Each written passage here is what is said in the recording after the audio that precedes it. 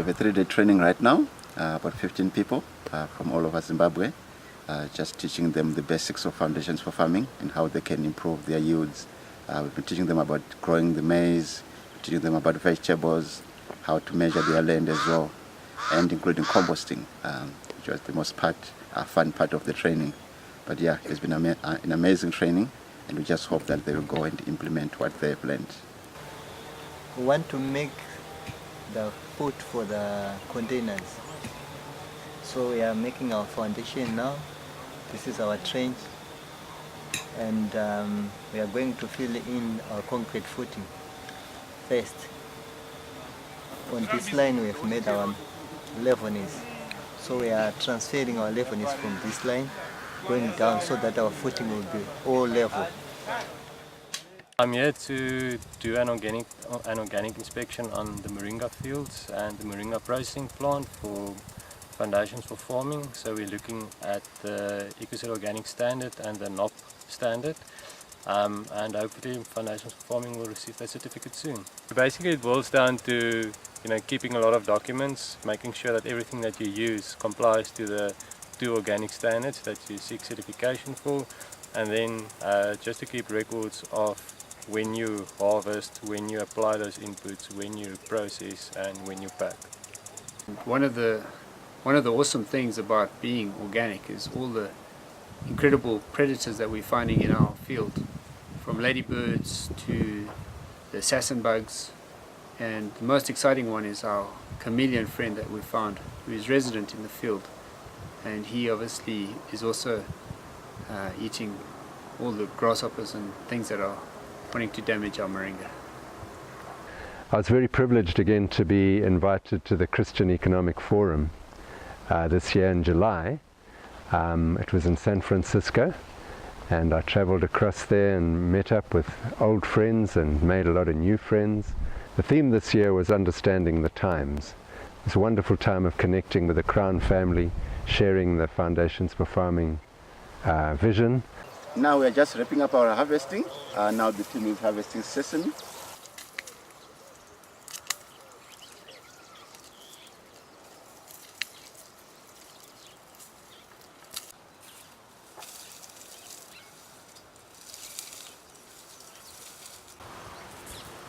So we are at our demo plot. This is the sweet potato that we have just harvested from our demo plot. And you can see winter wheat in the background that we've just planted. We've had a wonderful donation of 24 tons of open pollinated variety seed. Now OPV seed is so appropriate for the poorest of the poor because you can harvest your own seed year after year without having to go back to the shop and buy a hybrid. So we're going to package this OPV seed, and the donors asked us to distribute it amongst the poorest of the poor in our country. Right now, we just received our OPVC from Kadoma, so we're just putting it in the storeroom for now for storage. One of my highlights being here was just a sense of community. Everyone just wanting to serve God and serve each other and care for the land. It's been cool to be a part of and to work alongside these people. I love Foundations for Farming because it teaches and empowers people to take care of themselves and just gives them a sense of who Jesus is. And I've just enjoyed learning about agriculture. We planted over 200 agroforestry trees and just had the privilege of watching them grow and see the fruit of our hands, and that's been really cool.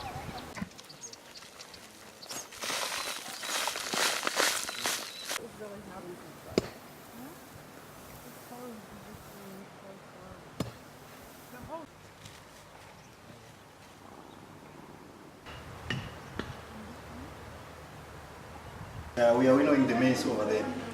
That's what we are doing.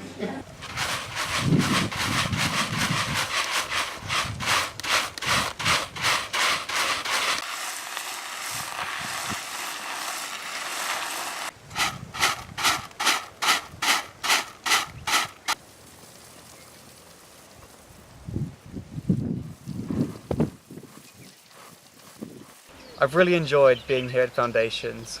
One thing in particular is how the training really brings people together and how it really develops its own small farming community. At the moment we're planting over around 400 seeds for different types of trees and fruits, and it's really been exciting just being here. This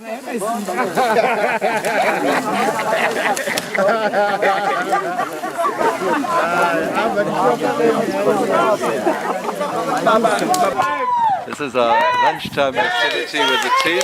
Really good team building time. Great fun had every lunchtime when we all play volleyball.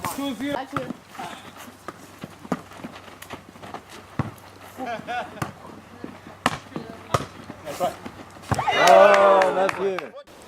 I've been with Foundations for Farming for over a year now. I've been interning with them. I've been working under the projects management department. I've worked the CAS.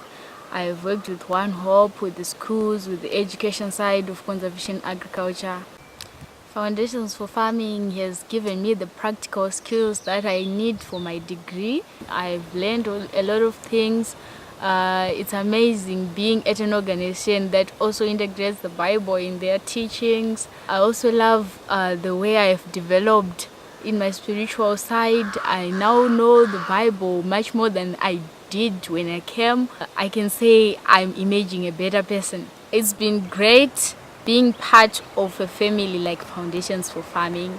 I'm gonna miss everybody while I go back and finish my degree. A couple of months ago we had the inspector from EcoCert here inspecting our organic process for our moringa, and we're very happy to announce that we have passed and we have our official organic certification now. Right, we never know who's coming to visit us here, and we've just had Mike pop in here. He's on an epic 4-year journey around the world. What a privilege to meet you, Mike, and just hear his story and look at his bike. I left home in the United States in northern Indiana. I went south through Central and South America. I sailed and flew to South Africa. Here in Africa, I was chased by an elephant and survived in Botswana. And in Zimbabwe, I managed to enter Harare without being killed by a combi van. And I'm enjoying myself here on Foundations for Farming. I have learned way more than I thought that I would in the short time that I've been here, and I think I'll have to come back.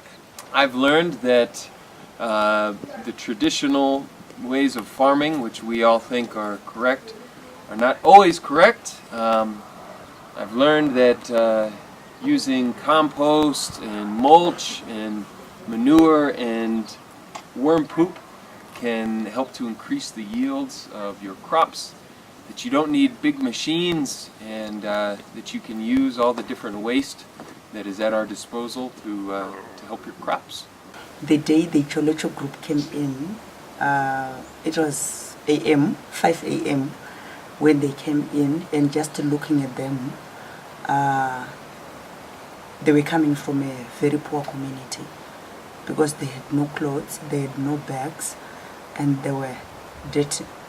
And coming here at Foundations for Farming, being in houses for the first time, it was different to them from something that they've known for the whole of their lives. The challenge that we have was that most of them were illiterate. They could not write and even read books.